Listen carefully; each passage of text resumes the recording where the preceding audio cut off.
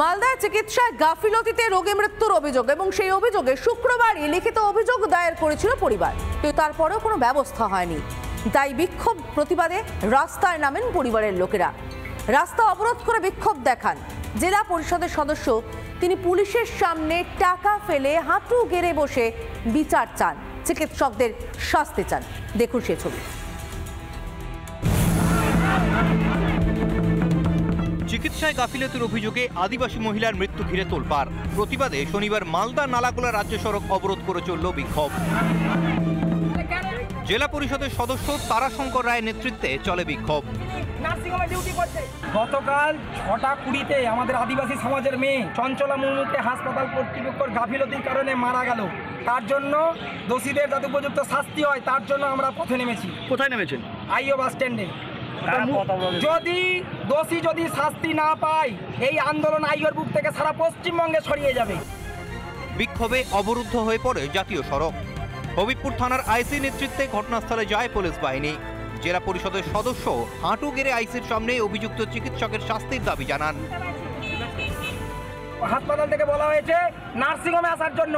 সোনো স্ক্যানে গিয়েছে, 3000 টাকা টেস্ট করেছে, তারপরে বলেছে 30,000 টাকা। ডক্টর দেবাশিস ধর 30,000 টাকা চেয়েছে। আমরা চাইছি দেবাশিস ধর যিনি 30,000 টাকা চেয়েছে স্বাস্থ্যসাথী কার্ড টাকা সত্ত্বেও ওনার শাস্তি চাই, বিচার চাই আমরা। অভিযোগ, মালদা মেডিকেলে চিকিৎসকের পরামর্শে রোগীকে নার্সিংহোমে নিয়ে যায় পরিবার। 30,000 টাকা না দিতে পারায় রোগীকে ফের মালদা মেডিকেলে ভর্তি করা হয়। সেখানেই রোগীকে বিনা চিকিৎসায় ফেলে রাখার অভিযোগ।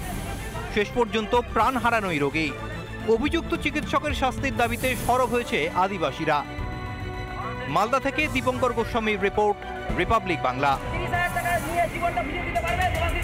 নানা ধরনের কন্টেন্ট দেখার জন্য লাইক করুন, শেয়ার করুন আমাদের ফেসবুক পেজ, সাবস্ক্রাইব করুন আমাদের ইউটিউব চ্যানেল।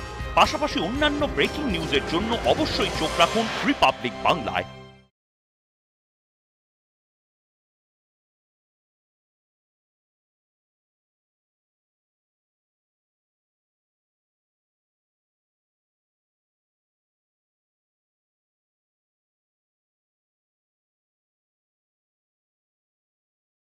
নানা ধরনের কন্টেন্ট দেখার জন্য লাইক করুন, শেয়ার করুন আমাদের ফেসবুক পেজ, সাবস্ক্রাইব করুন আমাদের ইউটিউব চ্যানেল। পাশাপাশি অন্যান্য ব্রেকিং নিউজের জন্য অবশ্যই চোখ রাখুন রিপাবলিক বাংলায়।